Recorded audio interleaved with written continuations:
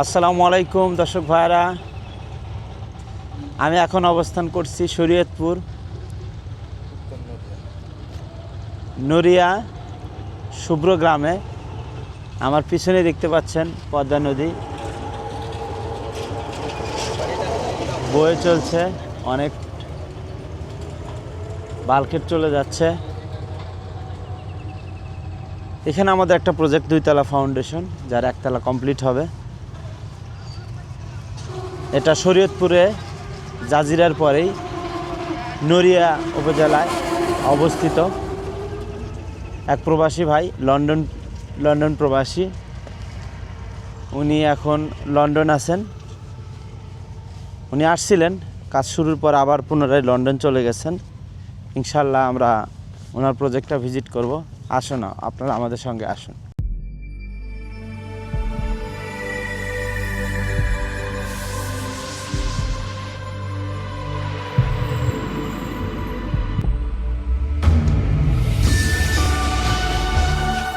সবুজ শ্যামল গ্রাম। আমার এই সাইডে দেখতে পাচ্ছেন টিন শেড বাড়ি। আসলে এই অঞ্চলে এরকম বাড়ি প্রচলিত বেশি। সামনে বসতেছেন টিন দিয়ে এবং বসার জায়গা করছেন।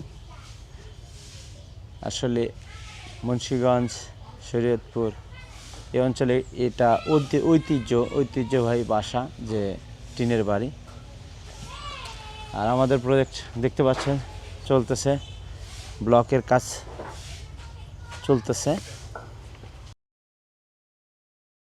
আমি আমাদের বিল্ডিং ওনার কথা বলতেছি। তো ওনারই ভাতিজা বিল্ডিং ওনার ছিলেন, উনি লন্ডনে চলে গেছেন, আবার হয়তো আসবেন। তো তার অবর্তমানে উনি কাজ করতেছেন। তো ওনাকে নিয়ে আমরা আমাদের এই প্রজেক্টটা ভিজিট দেখব, কোথায় কি ওনাদের পরিকল্পনাটা জানতে চাবো। যদি শুরু থেকে আসেন। আপনার নামটা জিজ্ঞেস করা হয় না? আমার নামটা মোহাম্মদ কাউসার ব্যাপারী। কাউসার ব্যাপারী, উনি আমাদের সহযোগিতা করবেন এই প্রজেক্টটা বোঝাইতে। এটা আমরা কি এন্ট্রি ধরবো? জি, মানে এটা এখানে সিঁড়ি হয়ে যাবে? ফরন্ট সাইড, হ্যাঁ, মানে বিল্ডিং এ ঢোকার যে গেটটা। হ্যাঁ।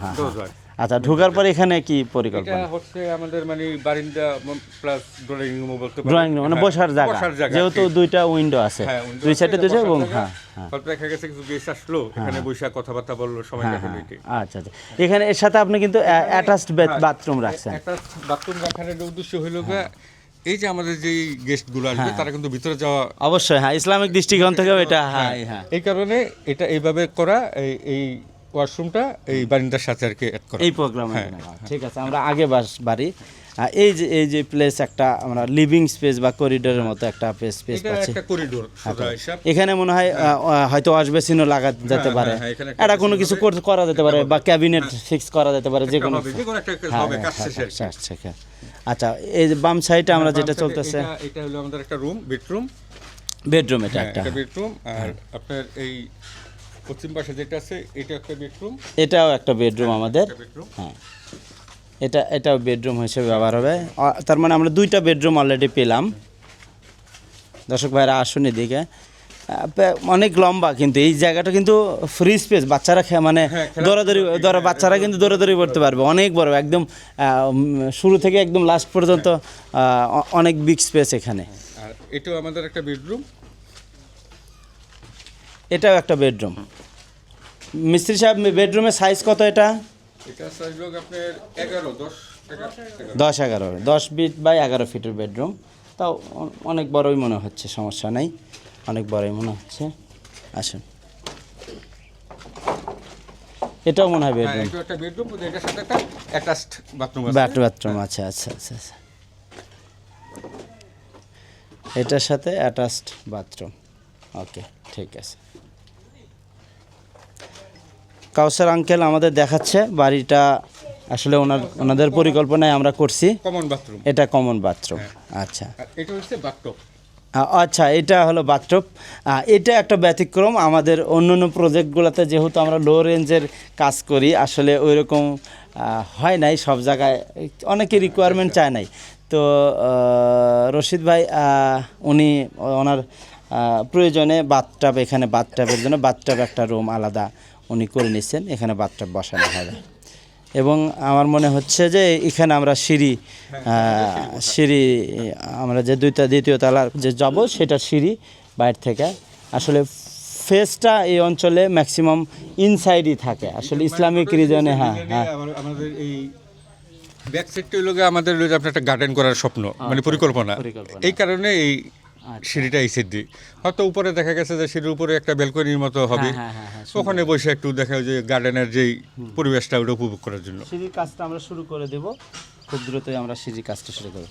আচ্ছা, কাউসার ভাই আঙ্কেলের সাথে আমরা একটু কথা বলবো কিছু ব্যাপার নিয়ে, আমাদের কাজ নিয়ে, আমাদের সার্ভিস নিয়ে।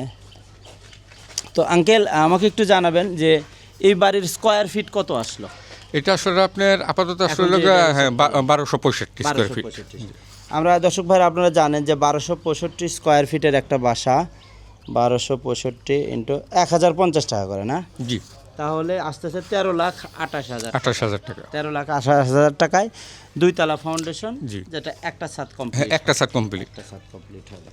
এখন প্রাথমিক অবস্থায় যেহেতু আমাদের সাথে একটু বুঝতে সমস্যা হয়েছে, লেআউটে সমস্যা হয়েছে, একটু টাইম লাগছে, আমি জানি, শুনছি যখন অফিসে ছিলাম। একটু সমস্যা হয়েছে।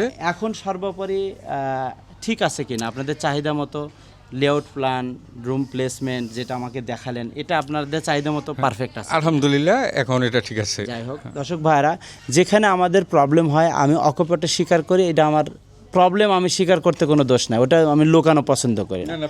হ্যাঁ, একটু সমস্যা ছিল, আমরা ড্রয়িং একরকম করছিলাম, শুধু আমাদের সমস্যা, এটা সমস্যা বলবো না, এটা আমরা অনেক জায়গায় ড্রয়িং লেআউট করতে গেলে তখন লেআউট করার পরে অনেক ক্লায়েন্ট বলে ছোট হয়ে যাচ্ছে, আমার তো এরকম চিন্তা ছিল না, আমি তো ভাবছিলাম এরকম। তখন আমরা কি করি, ঠিক আছে বলেন, আমরা চেঞ্জ করে দেবো।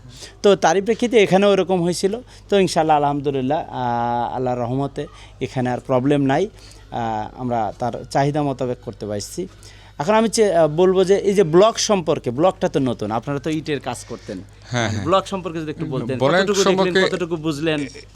এইটা এই আমাদের দেশে মানে আমাদের নৈরাতেই প্রথম, এই নৈরাতে প্রথম। তবে আশা করি যে এটা দেখার পরে অনেক মানুষের এটা অনুভূতি জাগবে যে না আমরা একটা করি বা চিন্তা ভাবনা করবে, অনেকেই করবে। আচ্ছা, আমি একটা জিনিস, অনেকে আসে দেখার জন্য আসে, এই যে বিকালে আপনি ফোনটা নাও তো মিস্ত্রি সাহেব, আপনি বিকালে একটু পানি নাও, বিকালে এই যে ব্লকটা যে কাটিং হয়েছে এটা আমি একটু ক্লিন করে আপনার থেকে জানতে চাবো যে সিপানা পানি নিতে হবে, বুঝলেন, ওটা পরিষ্কার করো, পানি দাও বেশি করে, হ্যাঁ নিয়ে আসো, হ্যাঁ ওটা একটু এই সাইড থেকে ফোকাস করো, মানে এই ব্লকের এজগুলো আমি একটু বের করে দেবো, দেখো ক্লিন করো, পানিতে ক্লিন করো, হ্যাঁ ক্লিন করো।